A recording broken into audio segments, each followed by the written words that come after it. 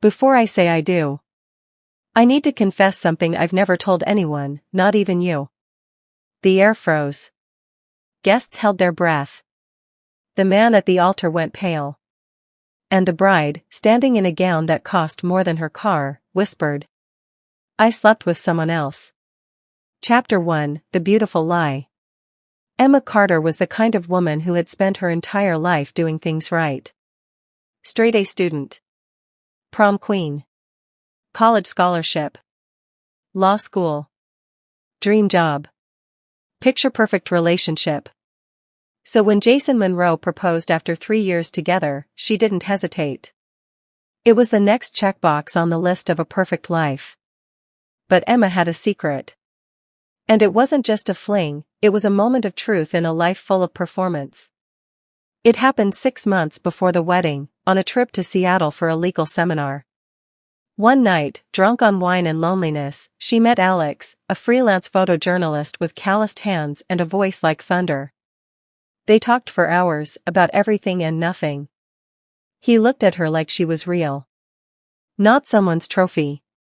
Not someone's future wife. Just Emma. They spent one night together. Just one. She told herself it meant nothing. That it wouldn't happen again. That it wouldn't matter. But it did. Chapter 2: The Wedding That Never Was. The morning of the wedding, Emma stared at her reflection.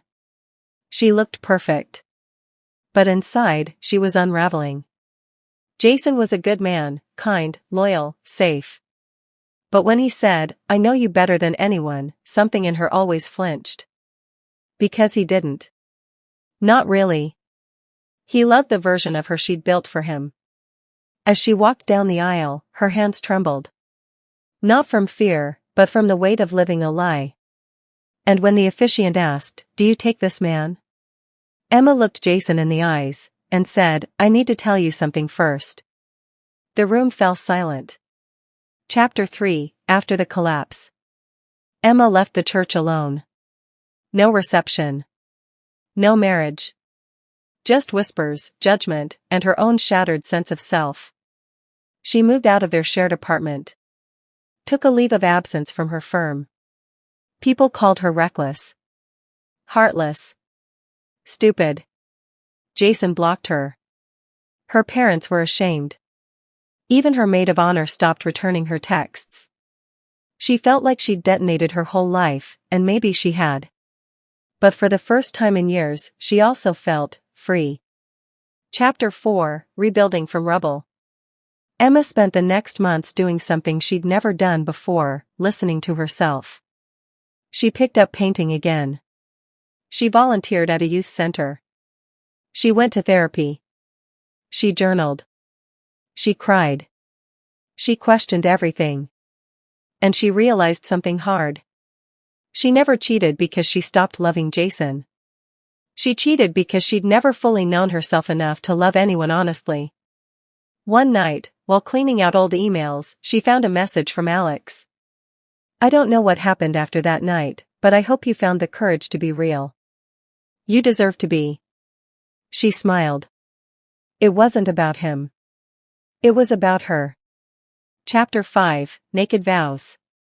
1 year later, Emma stood at a small outdoor ceremony, not in white, but in a soft blue dress, barefoot on the grass, with just a few close friends and family.